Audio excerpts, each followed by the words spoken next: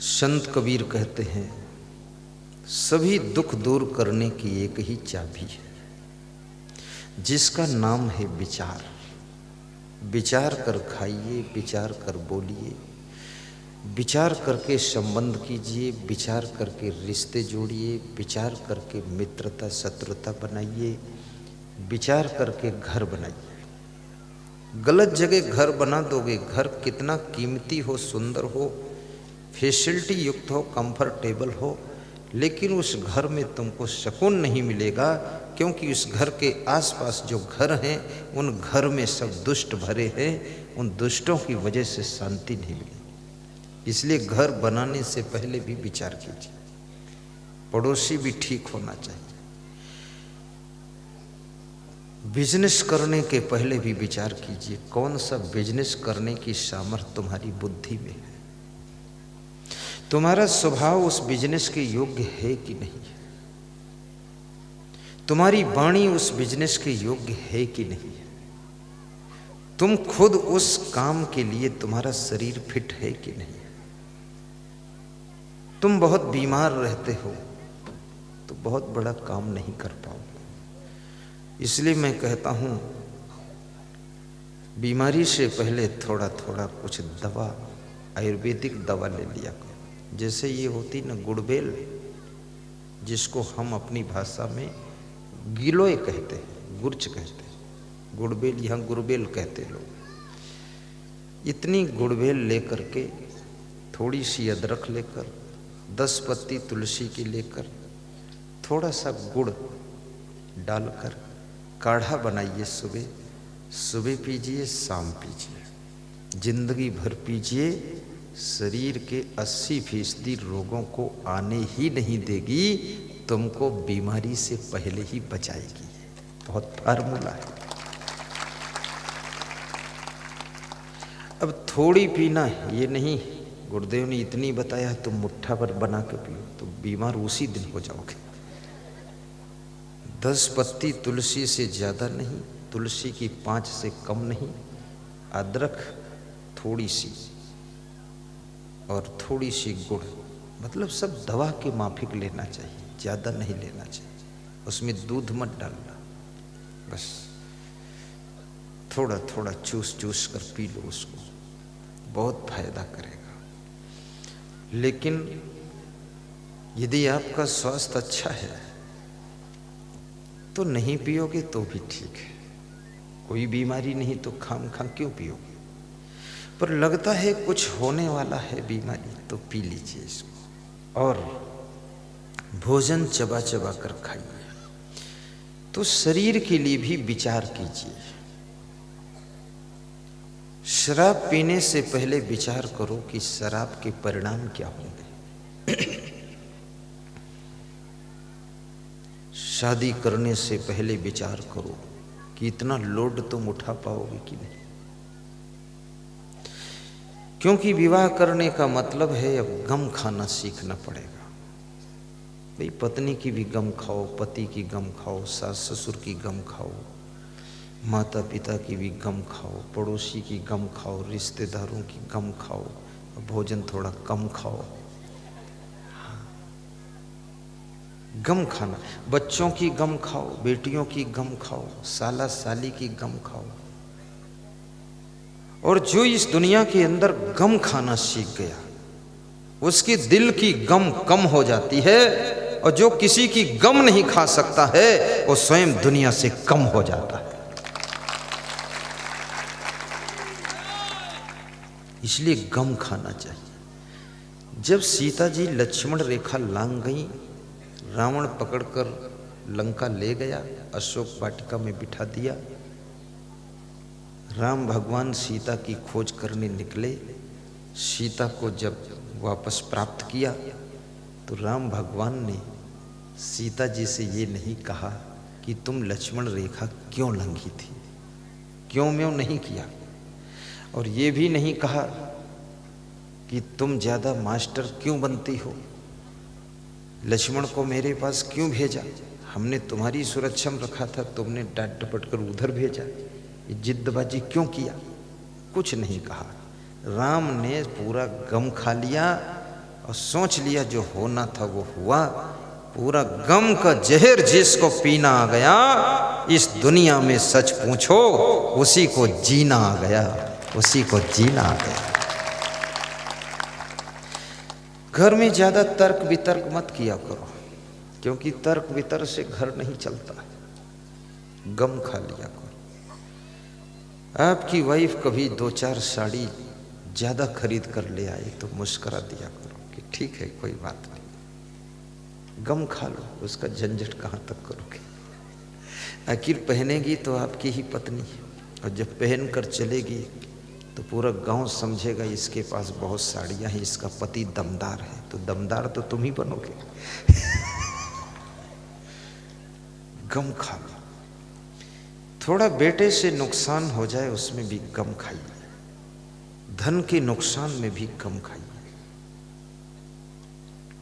और जिसने गम खा लिया है वो व्यक्ति संगठन को बना सकता है। भगवान राम सोचिए कितनी गम खाते होंगे, क्योंकि रीछ भालू बंदरों का संगठन था। तो रीछ भालू बंदर इतने समझदार न तब होते थे न अब होते, तो कुछ न कुछ वो तो खुदर बुदर करते ही होंगे। हनुमान जी से कहा सीता जी की खोज करना, उन्होंने लंका में आग लगा दी। ये फादिल काम किया कि नहीं किया? अशोक वाटिका के पेड़ पौधे उखाड़ कर फेंक दिए, अक्षय कुमार को मार डाला, वहां गदाबाजी किया और सब रंगरूटी दिखाकर चले आए। भगवान ने ये नहीं कहा ऐसा क्यों किया। भगवान ने सोचा ठीक है कोई बात नहीं, कम से कम तुमने अपनी दम दिखा दिया कि भगवान के भक्त इतने दमदार हैं तो भगवान कितने दमदार होंगे। और मंदोदरी ने यही बात रावण से कहा कि जब उनका एक भक्त आया था, वानर आया था, वो इतना बड़ा करिश्मा करके चला गया, तो भगवान आएंगे तो यहाँ क्या होने वाला है, इसलिए अभी भी वापस दे दीजिए सीता जी को, समझाया। और हनुमान जी ने ये सैंपल दिया था कि अभी समझ जाइए आप, अन्यथा यहाँ जो होने वाला है उसको कोई यहाँ देखने वाला भी नहीं बचेगा। 1 लख पूत 1.25 लख नाती, ता रावण घर दिया न बाती, ऐसा होने वाला है। तो आज से संकल्प लेना कि गम खा लेना, करो विचार जो सब दुख जाए। सदगुरु कबीर साहब कहते हैं विचार कीजिए इससे सभी दुख चले जाएंगे। जैसे जो विद्यार्थी पढ़ते नहीं हैं, घूमते रहते हैं, मोबाइल देखते रहते हैं, खेलते रहते हैं, मनोरंजन करते हैं, फैशन में टाइम गंवाते हैं, सोते रहते हैं कुंभकर्ण की तरह। 7 बजे शाम से सोना शुरू करते हैं, सुबह 8 बज गए, 13 घंटे हो गए, लल्लू राम उठते ही नहीं। कोई जिंदगी की परवाह ही नहीं है। उन विद्यार्थियों को भी विचार करना चाहिए, उन बेटे बेटियों को विचार करना चाहिए कि यदि मैं शिक्षा नहीं प्राप्त करूंगा तो मैं शिक्षक कैसे बनूंगा। यदि मैं शिक्षा नहीं प्राप्त करूंगा तो डेली बेस पर मजदूरी करूंगा, 200-300 रुपये रोज मिलेंगे, 9-10 हज़ार महीना मिलेगा। यदि मैं शिक्षा प्राप्त कर लूंगा तो मैं शिक्षक बन जाऊंगा तो 50-60 हज़ार रुपये महीने मिलेंगे। मैं डॉक्टर बन जाऊंगा तो 1.5 लाख महीने मिलेंगे। और मैं यदि बहुत बड़ा अफसर हो गया, कलेक्टर बन जाऊंगा तो पूरे जिले का राजा बनकर रहूंगा। ये विचार करना यदि आ जाए, एक क्लर्क की क्या कीमत है और कलेक्टर की क्या कीमत है, सोचिए। इसलिए विद्यार्थी को विचार करना चाहिए कि यदि हमने शिक्षा नहीं प्राप्त किया तो इसका परिणाम आने वाला है 25 साल की उम्र के बाद, ना तो शिक्षा प्राप्त कर सकूंगा और ना कोई अच्छा कार्य कर सकूंगा, साधारण जिंदगी गुजर जाएगी, ठोकरें खाऊंगा। इसलिए माता पिता जोर लगाते कि पढ़ो पढ़ो पढ़ो पढ़ो पढ़ो, और थोड़ा पीटते पाटते भी है कि पढ़ पढ़ पढ़, लेकिन फिर भी नहीं पढ़ता है। मैं जब आश्रम में आया तो मेरे गुरुदेव मुझसे कहते थे पूरी पुस्तक याद करो। तो मैं उसको देखता था, बहुत मोटी पुस्तक थी। तो मैंने पोस्ट ग्रेजुएट पढ़ा हूँ, एमए किया हूँ, तो मैंने सोचा घर पर भी पढ़ते पढ़ते परेशान हो गए, यहाँ फिर पढ़ो। साधु बने थे, अब तो छुट्टी मिली। गुरुजी ने कहा इसको याद करो, तो फिर याद करना शुरू किया। हमारे आश्रम के छोटे गुरुजी ने कहा कि तुमको पढ़ना ही है और कुछ नहीं करना, और पूरी दुनिया को सत्संग सुनाना है। तो मैंने फिर उसी में लग गई, और आज जब योग्यता होगी तभी तो आपको सत्संग सुनाऊंगा। जब खुद ही जीरो हैं तो आपको क्या सुनाऊंगा। तो मैं बच्चों से कहूँगा शिक्षा प्राप्त कीजिए। ये जो बेटियां बैठी हैं बड़ी आस लेकर आई है, मेरा आशीर्वाद है तुम्हारे लिए, इन बेटों के लिए भी आशीर्वाद है। पढ़ाई कर तो इतनी कर, पढ़ाई की तो हद कर दे। अब घर में यदि गरीबी है तो उस गरीबी को भी रद्द कर दे, गरीबी को भी रद्द कर दे। और धनवान बन तो इतना बन कि अगर कोई रिश्तेदार गरीब है तो उसकी भी तू मदद कर दे। और निष्काम कर्म कर, यमराज के दरबार में पहुंच तो अपने कर्मों का खाता भी रद्द कर दे। भक्ति कर तो इतनी कर कि भक्ति की तो हद कर दे।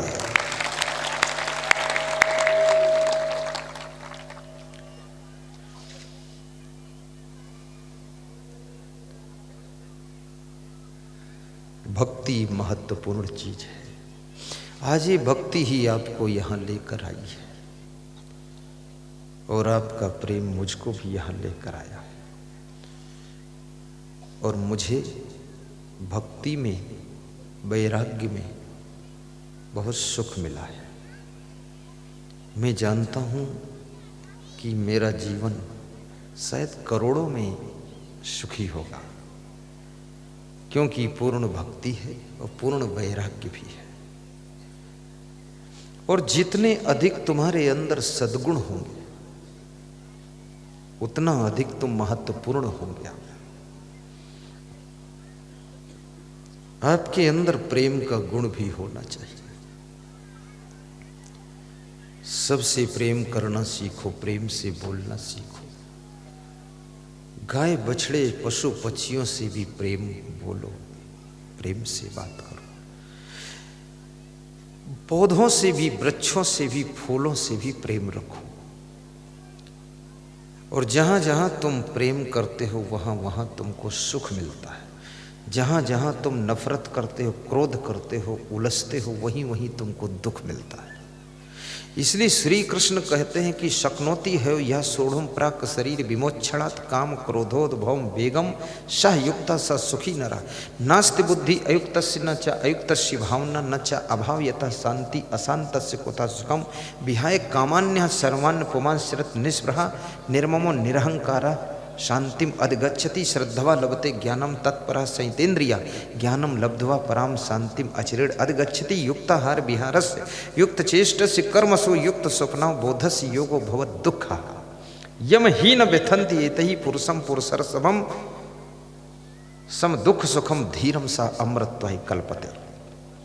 ये श्रीमद् भगवत के गीता के सभी अध्यायों के सुख शांति वाले श्लोक छांट कर सुना दिया एक जगह आप। तो क्या अर्थ है?